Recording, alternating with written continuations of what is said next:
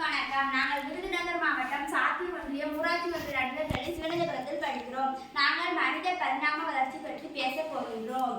முதல் நிலை ஆஸ்ட்ரலோபிதிகஸ். தொடக்க கால மனிதன். கிழக்கு ஆப்பிரிக்காவில் தோன்றினான். 4 இருந்து 2 மில்லியன் ஆண்டுகளுக்குள் வாழ்ந்தவன். மனித மற்றும் குரங்கின் பண்புகளுடன் காணப்பட்டான். நடக்க கற்றுக்கொண்டான்.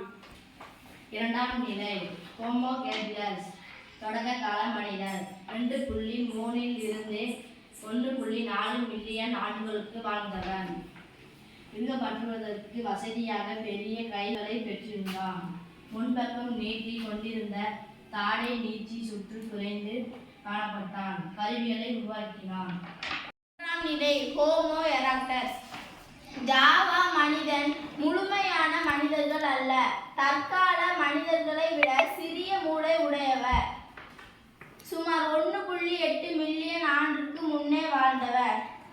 நேராக நிமிர்ந்த மனிதன். நெருப்பின் பயனை அறிந்தவர்.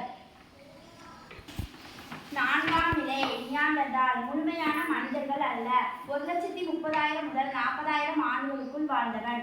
ஆப்பிரிக்கர்களிடமிருந்து வேறுபட்டவன். கரடு முரடான கருவிகளை கொண்டிருந்தான். வேட்டையாடும் திறனில் பின்தங்கி இருந்தான். இறந்தவர்களை புதைத்தனர். சான்றுகள் ஜெர்மனியில் கிடைக்க பெற்றுள்ளன.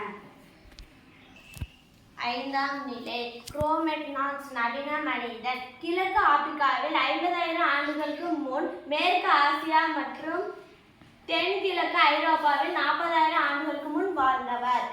மனித வாழ்வின் தொடக்க கற்கருவிகளுடன் எலும்புகளான கருவிகளையும் பயன்படுத்தினான். குத்தீட்டியும் நெப்பு கோல் வகை கருவிகளையும் பயன்படுத்தினான்.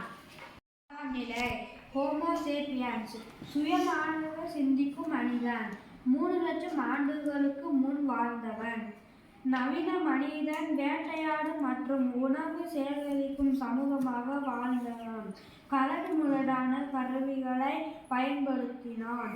ஆப்பிரிக்காவிலிருந்து இடம்பெயர்ந்து ஐரோப்பாவிலும் ஆசியாவிலும் குடிபெயர்ந்தான். பரிணாம வளர்ச்சியை இதன் மூலம் நாங்கள் அறிந்து கொண்டோம். நன்றி.